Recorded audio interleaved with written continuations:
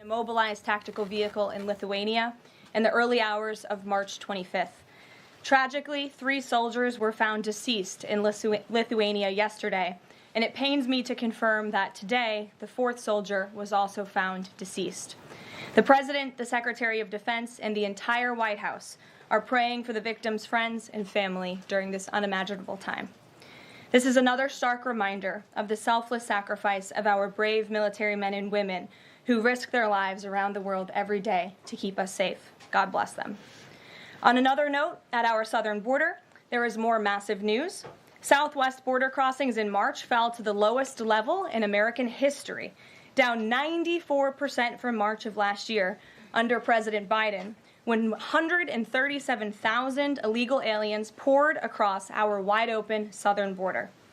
Thanks to President Trump's leadership, Border Patrol agents are now back to doing the jobs they signed up for, securing the border, rather than serving as travel agents for illegal aliens. The Los Angeles Times captured the Trump effect on the border with a recent article. Their headline read, "California-Mexico border, once overwhelmed, is now nearly empty." With so few migrants coming into the U.S., they wrote, "Shelters that once served migrants have completely closed." Deportations of illegal aliens who threaten the safety of the American people are also continuing at a rapid pace. Over the weekend, the United States military transferred a group of 17 violent criminals from the Tren de Aragua and MS-13 terrorist organizations to El Salvador. And an illegal alien who was released by the Biden administration into our country was just arrested in Georgia and charged with the horrific killing of Camelia Williams, a mother of 5 and grandmother. The suspect has now been indicted on charges of malice murder, felony murder, aggravated assault, rape, aggravated sexual battery, and necrophilia, which, for those who don't know, necrophilia is a sexual obsession with a corpse. This suspect was ordered to be removed in July 2023, but the Biden administration allowed him to stay. This case represents the ruthless murderers, rapists, and pedophiles who Joe Biden and Democrats let into our country over the past 4 years through our southern border. They should have never been here in the first place. Keep this in mind the next time you see Democrats protesting future illegal alien removals from our country. President Trump is focused on fulfilling his greatest obligation, to keep the American people safe and to defend our country from violent invaders. Looking ahead to tomorrow, April 2nd, 2025, will go down as one of the most important days in modern American history. Our country has been one of the most open economies in the world, and we have the consumer base hands down, the best consumer base. But too many foreign countries have their markets closed to our exports. This is fundamentally unfair. The lack of reciprocity contributes to our large and persistent annual trade deficit that's gutted our industries and hollowed out key workforces. But those days of America, beginning tomorrow, being ripped off are over. American workers and businesses will be put first under President Trump, just as he promised on the campaign trail. The president's historic action tomorrow will improve American competitiveness in every area of industry, reduce our massive trade deficits, and ultimately protect our economic and national security. President Trump's economic vision is rooted in common sense. America will offer companies the lowest taxes, energy costs, regulations, if they make their products right here in the United States and hire American workers for the job. It's simple. If you make your product in America, you will pay no tariffs. We have already seen a number of the largest companies in the world respond to this economic approach. For example, Project Stargate, led by Japan-based SoftBank and US-based OpenAI and Oracle, announced a $500 billion private investment in the United States-based artificial intelligence infrastructure. Apple announced a $500 billion investment in U.S. manufacturing and training. NVIDIA announced it will invest hundreds of billions of dollars over the next 4 years in U.S.-based manufacturing. And the Taiwan semiconductor manufacturing company TSMC announced a $100 billion investment in U.S.-based chips and manufacturing. These are just a few of the investment announcements that have already been made, and it is clear that President Trump's America First approach is already working. In our new media seat today is Mark Halperin, the co-founder and editor-in-chief of Two Way, a new live video platform that builds communities around interactive conversations with leaders and content creators from every subject area. Mark and his colleagues welcome all voices into discussions that are spirited but respectful. They have over 37.5 million video views, over 3.6 million watch time hours since the platform began just last year. This is new media in its truest sense, allowing the people to ask questions, make comments, and be an active part of engagement on the most important issues facing the country and our world. With that, Mark, please kick us off, and welcome to the briefing room. Thank you, Caroline. Appreciate it. I'll ask you a question about tariffs and then one from one members of our community about education. It's perceived by some that companies or countries, if they change their policies either before tomorrow or after tomorrow, can have the president alter what he's planning for that country or that sector. Is that a possibility? And if so, what factors the president consider in making those changes? Well, the ultimate change for these companies and these countries, Mark, will happen when they decide to do business in the United States of America. And as I just laid out, they will face no tariffs at all if these companies choose to invest here in the United States and to move their production and their manufacturing here to the United States as well. As for tomorrow, the president will be addressing the decades of unfair trade practices that have ripped our country off and American workers off. It has hollowed out our middle class. It has destroyed our heartland, and the president is focused on reshifting our global economy to ensure that America is once again the manufacturing superpower of the world. So if they do something today or later in the week that's a pledge for future activity, would that be good enough potentially to alter the policy? Again, the president has been looking at the very unfair trade practices of the past. Certainly, the president is always up to take a phone call, always up for a good negotiation, but he is very much focused on fixing the wrongs of the past and ensuring that American workers have a fair shake. So if someone calls after tomorrow and says, hey, I'm ready to make a change, he'd be open to that? The president is always open to taking calls. Okay. A question from one of our community members. Katie Reeves is a school teacher in Wisconsin. She's taught K through 8 in public, independent, private, and private schools. And here's what she wanted me to ask you. She says, I see the elimination of the Department of Education as an excellent first step in the improvement of our school system. Do you see any further role the federal government can take beyond this, possibly in promoting the expansion of voucher programs or reducing the influence that teachers' unions hold over our schools? Well, first of all, I want to thank Katie for her service to our country and our nation's children. Being a teacher is the most noble profession that we believe one can have. And the president said in his remarks when he signed the executive order to dismantle the Department of Education that he loves our teachers. And in part, this order is to empower our teachers to have greater decision making in the classroom. Nobody knows our nation's children and our students better than our teachers who are with them every single day. As for the federal government's role, to get to the heart of Katie's question, the president has made it clear to Linda McMahon that we need to find other places within our federal government for critical programs regarding education. Pell Grants, Title IX, lawsuits, etc., civil rights lawsuits, all of that are critical functions, special needs programs, nutrition programs, but there are other places throughout the federal bureaucracy where those things can happen and work. The Department of Education has been a very bloated bureaucracy. We spent trillions of dollars on this department, and for what? Our children are worse off as far as education goes today than they were when this department originated, and that's very concerning to the president. So, the two issues she cited, are those priorities for the president? School education choice, vouchers, and diminishing the role of teachers' unions. The president is very supportive of both of those things, particularly when it comes to school choice. He has said that school choice is the civil rights issue of our time, and he wants every child, regardless of zip code, socioeconomic status, how much money their parents have, to be able to go to the school of their choosing that best suits their educational needs. And he is going to empower state and local leaders to make those decisions on behalf of our nation's children. Thanks for being here, Mark. Jeff. Just changing subjects for 1 second. The administration has expressed a complete confidence in how all the deportation flights to El Salvador were conducted. But now that the administration has conceded that there was an error of one Salvadoran national, will there be any reviews conducted? And does the president express any thoughts on the one error that was disclosed in court last night? Well, first of all, the error that you are referring to was a clerical error. It was an administrative error. The administration maintains the position that this individual who was deported to El Salvador and will not be returning to our country was a member of the brutal and vicious MS-13 gang. That is fact number one. Fact number two, we also have credible intelligence proving that this individual was involved in human trafficking. And fact number three, this individual was a member, actually a leader of the brutal MS-13 gang, which this president has designated as a foreign terrorist organization.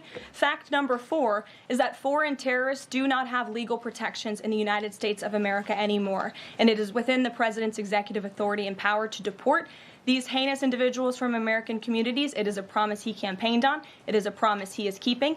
And every single person in this room should be grateful for that, considering especially MS-13 is very prevalent and prominent here in the District of Columbia, in Maryland, and in Virginia. And the president, the attorney general, everyone who has been involved in these operations is focused on eradicating these criminals and terrorists from our communities. The vice president said he was a convicted member of MS-13. What evidence is there to back that up?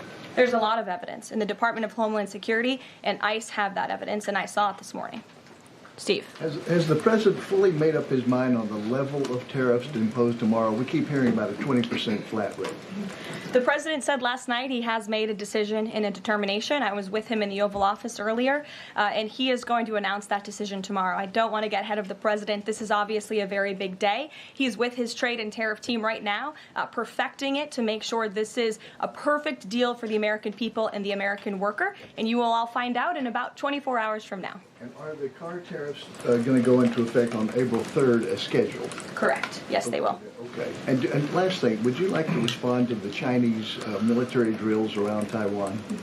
Yes, I would. As a matter of fact, the National Security Council briefed me on this morning, and they said that the president is emphasizing the importance of maintaining peace in the Taiwan Strait, encouraging the peaceful resolution of these cross-strait issues, reiterating our opposition to any unilateral attempts to change the status quo by force or coercion. That is directly from the National Security Advisor. Just for you, Steve Holland of Reuters.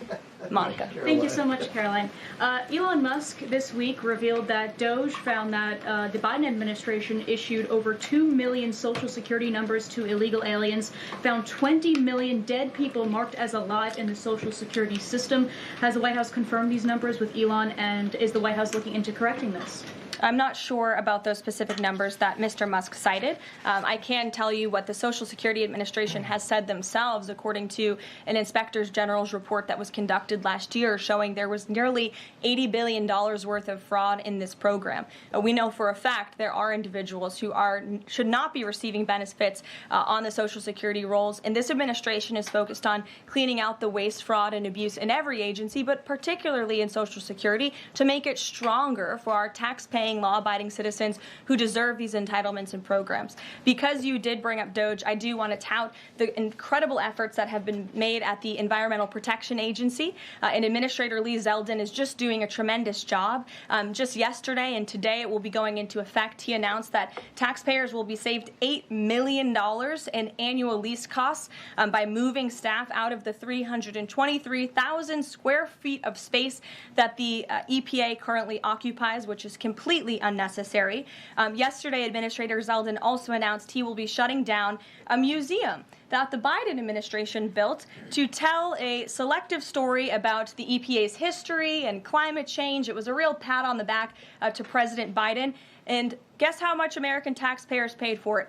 $4 million for this museum that I think only 1,000 visitors saw last year alone. And it will cost American taxpayers $600,000 per year to operate this museum. Well, it's not going to exist anymore. We're going to save taxpayers those critical funds. And Administrator Zeldin is very proud to announce that. And just at EPA alone, and the cuts that they have made, they've saved taxpayers more than $22 billion in wasteful grants and spending. Peter. Thank you, Caroline.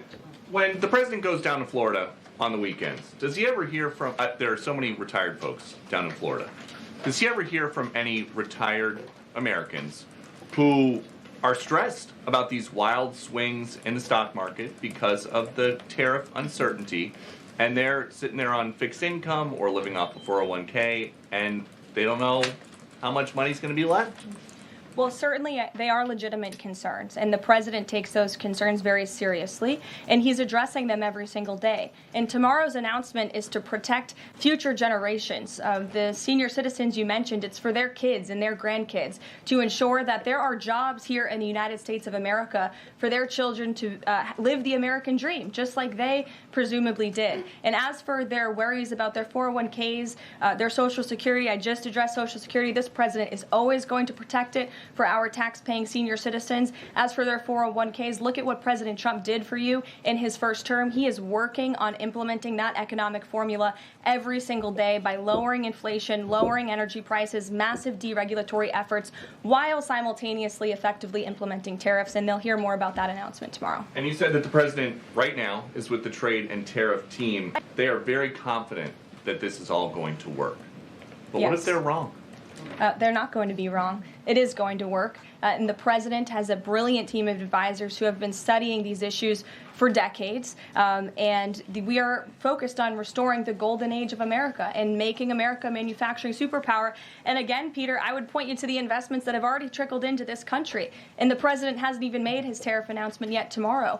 There have been billions of dollars in private investments from around the world pouring into American communities. What does that look like for those watching at home, for the people you mentioned worried about their own economic circumstances? It means more jobs in your communities, which means more money, more investments, more money in your pocket. That's what the president is committed to. And I would be remiss if I didn't mention the president's commitment to tax cuts, which we are counting on Congress to do, especially on Social Security. And one more. Sure. Are the special elections today a referendum on the president?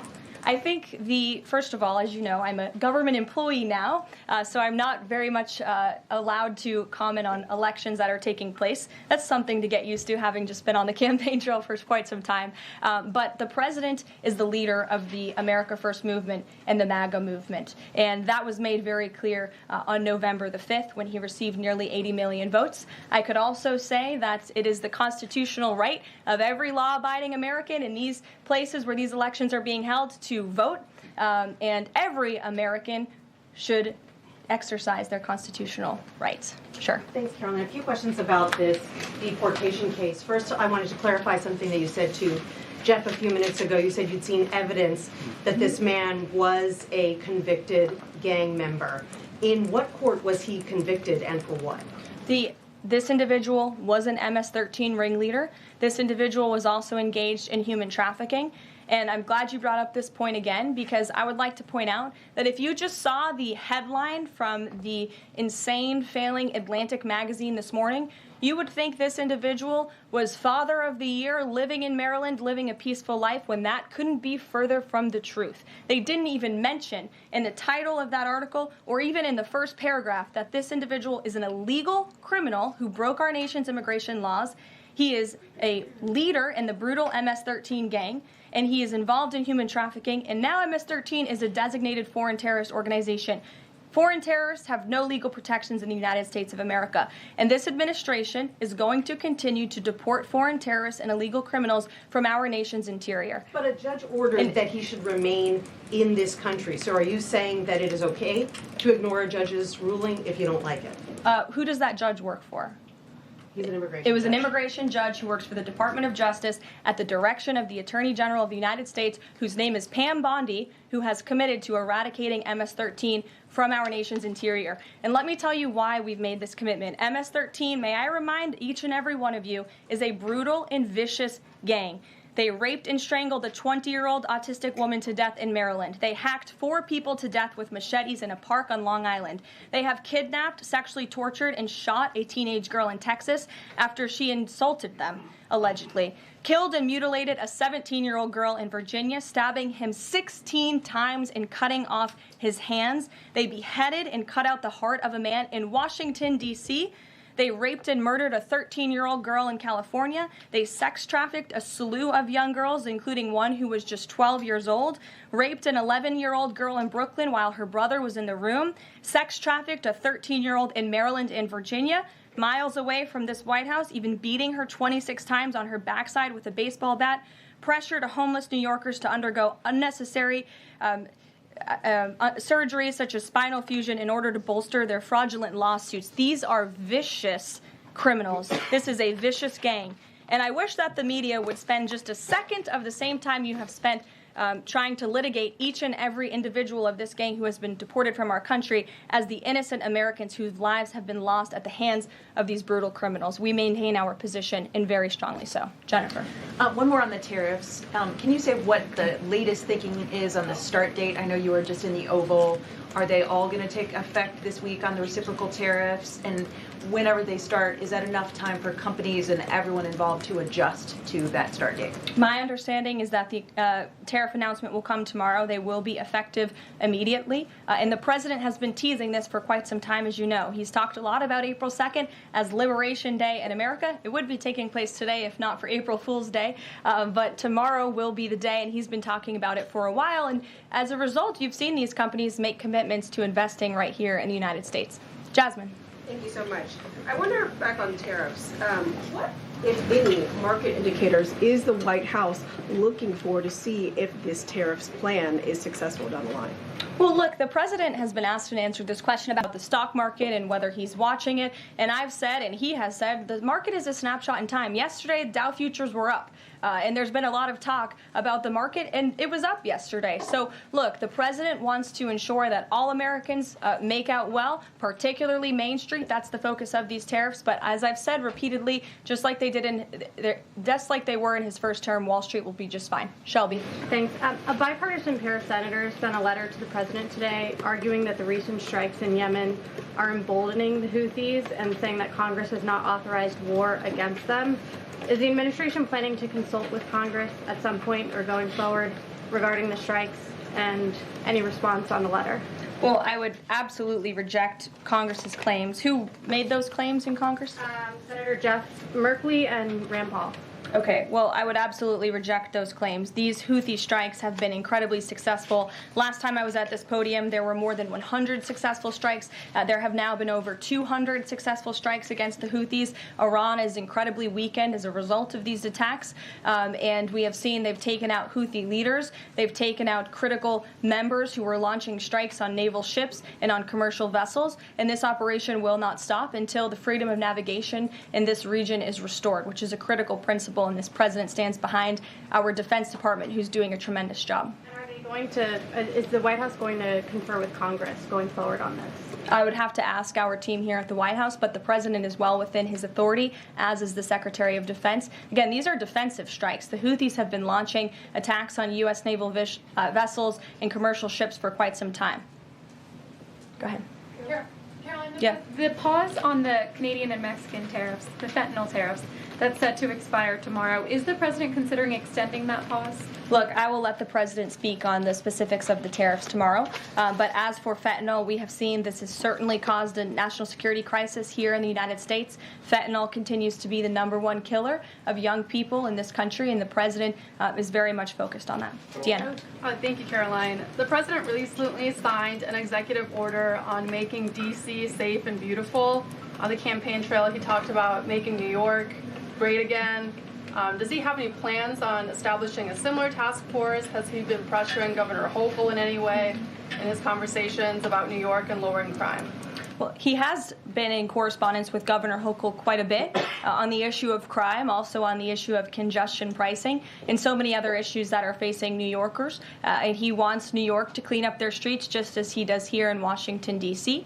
He also speaks to Mayor Adams as well. So he's engaged with state and local leaders across the entire country to ensure they're doing their part to help American citizens in each and every state, regardless of if it's a red state or a blue state.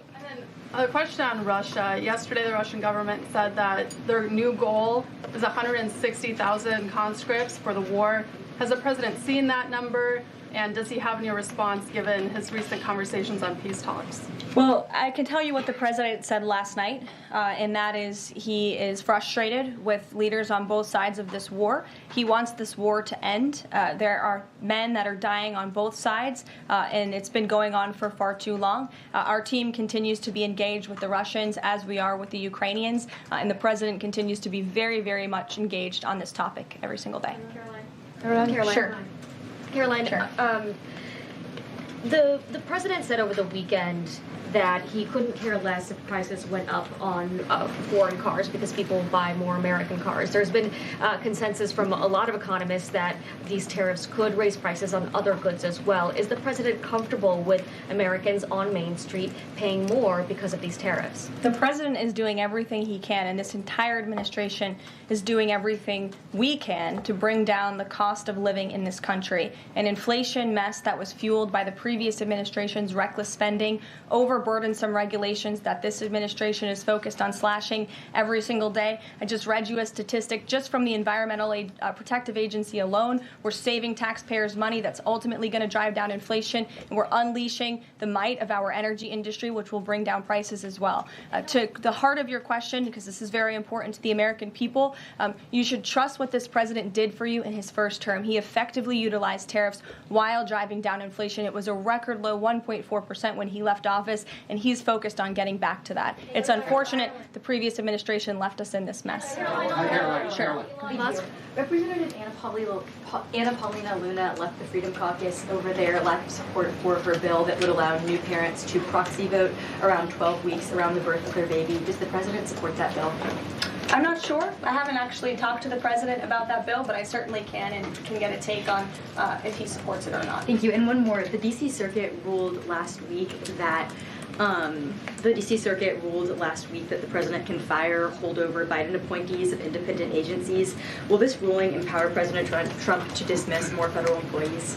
Well, the president has given the responsibility to his cabinet secretaries to hire and fire at their respective agencies, and they reserve that right. You saw the Secretary of Health and Human Services announced more layoffs today. This is all part of the administration's effort for a mass reduction in force in the federal bureaucracy here in Washington, D.C. to save American taxpayers money. As for agencies within the president's executive authority, the president retains that right. And we've seen there have been bureaucrats at some of these agencies that have been trying to act independent. They need to remember who they work for. It's the executive of the executive branch. You look at the United States Institute of Peace, for example.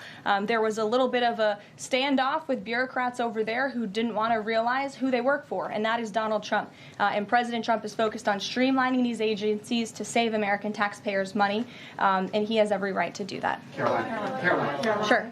Go ahead. Thanks, Karoline. Yeah. In Gaza, the bodies of 15 rescuers have been found in their sort of ambulances where they were apparently killed by Israeli forces. Just wondering if the White House is going to be calling on Israel to investigate that and to try and avoid similar casualties involving rescue workers in future. Well, as for the specific situation you just mentioned, I'll talk to the president about it and our national security team. What I can tell you is what I've spoken with the president on. He very much remains committed to backing Israel, and it was only because of this president and his team's leadership that we had a temporary ceasefire in Gaza, that we were able to bring many hostages home. And the president made it very clear to Hamas, you get the hostages out, all of them, or there will be hell to pay. And Hamas is certainly witnessing what it feels like for all hell to be paid, and the president supports Israel's right to defend itself. Any progress at all on a ceasefire at the moment, as far as the president's concerned? The president and his team continue to be engaged on this every single day. Sure. Go ahead, Tara. So I'm just wondering, related to that, if you have an approximate date for the president's first foreign trip. I think there was a little confusion yesterday about what month he was talking about. And then will he need a ceasefire to be in place or closer, either in Gaza or in Ukraine, before that takes place? Mm-hmm. The president will be heading to Saudi Arabia in May. As for specific dates and details, we will be reading those out to you as soon as we possibly can. I know our teams are working on the details of that trip. And then again, as for a ceasefire, the president's made it clear that's what he wants to see in Russia and Ukraine, and his team continues to be engaged on it every day. Kelly. Signal, you said case closed yesterday. As that case was closed, do you have anything that you can share about what was learned, how this can be avoided in the future, any sort of findings from that investigation? The case is closed, and the president continues to have confidence in his national security advisor. Yes, Kelly. Kelly. Thanks, Karoline. So sorry, Ed. Ed, I'll come to you after. The president I'm glad you're so eager to ask a question. It's Liberation Day. Yes, it is. Caroline, the president has said foreign Tomorrow. countries and companies will eat the cost of tariffs. In his speech on Inauguration Day, he said, quote, instead of taxing our citizens to enrich other countries, we will tariff and tax foreign countries to enrich our citizens. Right. So then why did he have to tell the domestic automakers not to raise prices? Well, that was a private conversation that was had. I'm not sure if that comment was made or was not made. But as for what the president said in his Inauguration Day speech, he's absolutely correct. A tariff will be a tax on these foreign nations, these foreign companies, and if they want to be absolved of that tariff, then they can come here to the United States of America to do business, bring their jobs here. Edward, go ahead. Thank you. So Canadians have been negotiating with the Commerce Secretary over the trade, the tariffs. How many companies are mutually talking with the U.S. or countries are mutually talking with the U.S. to lower tariffs? I don't have a specific number, but I can tell you there have been quite a few countries that have called the president and have called his team in discussion about these tariffs. But again, there's one country the president cares most about, and it's the United States of America, and doing what's best for the people who elected him to this office to restore their jobs, their wealth, and their prosperity. I'm looking at the clock. I have a hard out today. I have a hard out today because I'm actually heading over to the State Department with the First Lady of the United States. She will be delivering remarks at 1 o'clock this afternoon at the 19th International Women of Courage Award ceremony with our great Secretary of State, Marco Rubio, that starts at 1. This is the 5th year Mrs. Trump is participating and standing with brave women leaders who embody American values abroad. And the First Lady, in her remarks today, will highlight the profound connection between the love and courage that will be shown by this year's honorees. I encourage everybody to tune in at 1 o'clock, and then we'll see you all tomorrow for Liberation Day. Thanks, guys. Thanks, Caroline.